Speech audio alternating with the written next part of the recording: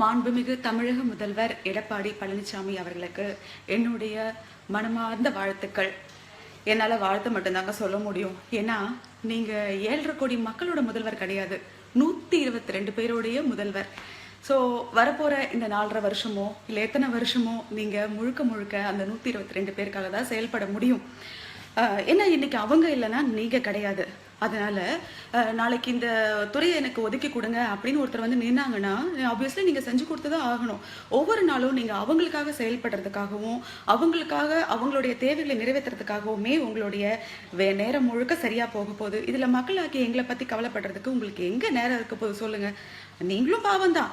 நாளைக்கு டெல்லிக்கு போய் நீங்கள் எங்களுக்காக ஒரு பிரச்சனைக்காக குரல் கொடுக்க போயிருக்கீங்கன்னு வச்சுப்போமே, அங்கே போய் உட்காந்து நீங்கள் எங்களை பற்றி பேசும்போது உங்களுடைய கவனம் முழுக்க அங்கே இருக்க போகிறது இல்லை. ஐயோயோ இந்த நேரத்தில் அங்கே தமிழ்நாட்டில் என்ன நடக்குதுன்னு தெரியலையே, ஏதாவது ஒரு அமைச்சர் ஒரு 4 பேரை கூட்டு சேர்த்து ஒரு குழு ஃபார்ம் பண்ணி புதுசாக ஒரு அணி உருவாகிடுமோ, நமக்கு எதிராக செயல்பட்டுருவாங்களோ அப்படிங்கிற பயம் தினம் தினம் உங்கள் மனசில் இருந்துக்கிட்டே இருக்கும். அதனால் நீங்கள் அவங்கள பற்றி கவலைப்படுங்க. நான் வந்து மக்களாகிய எங்கள்கிட்ட பேசுகிறதுக்காக ஒரு சில விஷயங்கள் நினச்சிருக்கேன், அதை மட்டும் பேசிடுறேன். இது மக்களாகிய நமக்கு பொதுவாக பார்த்தீங்கன்னா இந்த டிராஃபிக் ரூல்ஸ் அப்படிங்கிறது நமக்கு நல்லா தெரியுங்க. மஞ்சள் போட்டால் பார்க்கணும், ரெட்டு போட்டோன்னே நிற்கணும், க்ரீன் போட்டோன்னே நம்ம போகணும். ஆனால் என்ன பண்ணுவோன்னா நம்மள பல பேர் வந்துட்டு ஆர்வ கொள்ளாரில் அந்த கவுண்டிங் வரும் இல்லையா, 30 செகண்ட் 60 செகண்ட் வரும். அப்படி வரும்போது ஒரு 7 8 6 அப்படி வரும்போது என்ன பண்ணுவோன்னா வண்டியை ஸ்டார்ட் பண்ணி போக ஆரம்பிச்சிருவோம். நான் என்ன சொல்கிறேன், நீங்கள் அப்படி போகிறத விட ஒன்று ரெட்டு இருக்கும்போதே அவசர குடிக்க போயிடுங்க. இல்லையா க்ரீன் வர வரைக்கும் பொறுமையாக நிதானமாக இருந்து போங்க. இது வந்து டிராஃபிக் ரூல்ஸ்க்கு நம்ம மரியாதை கொடுக்குற மாதிரி இருக்கும்.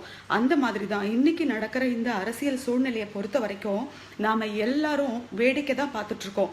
ஒரு டைமில் நம்ம சொல்லிட்டு இருந்தோம் இவங்க மிச்சர் சாப்பிட்றாங்க அவங்க மிச்சர் சாப்பிட்றாங்க அப்படின்னு சொல்லிட்டு இருக்கோம். ஆனால் உண்மையிலேயே இன்றைக்கி நம்ம நிலைமை தான் மிச்சர் சாப்பிட்ற நிலைமையாக இருக்குது. யோசிச்சு பாருங்க, 7.5 கோடி மக்களை முக்கியப்படுத்தாம ஒரு 122 பேருடைய கருத்து தான் முக்கியம் அப்படின்னு சொல்லி எல்லா கட்சிகளையும் வெளியே தள்ளிட்டு ஒருத்தர் வந்து ஆட்சி அமைக்க முடியும் அப்படின்னா மக்களாகிய நம்மளுடைய அந்த பவருங்கிறதோ இல்லை எதை சொல்றது, அது என்ன மாதிரி ஒரு நிலைமையில நாம இன்னைக்கு தள்ளப்பட்டிருக்கோம் அப்படிங்கிறது நமக்கு நல்லா தெரியும்.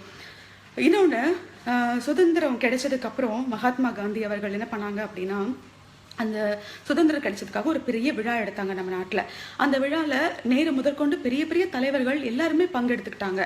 அந்த நேரத்தில் கல்கட்டாவில் இருக்கிற நவகாலிங்கிற இடத்துல ஒரு மிகப்பெரிய கலவரம் நடந்தது. அந்த இடத்துக்கு நீங்கள் போகாதீங்க அப்படின்னு சொல்லி கூட இருந்த எல்லாரும் சொன்னாங்க. இராணுவம் உட்பட மகாத்மா அவர்களை போகக்கூடாது அப்படின்னு சொன்னாங்க. ஆனாலும் அவர் இல்லை, அது அந்த மாதிரி ஒரு இடத்துல நான் கண்டிப்பாக இருந்தே ஆகணும்னு சொல்லி இந்த விழாவை விட்டுட்டு அங்கே போய் நின்றுட்டு இருந்தார்.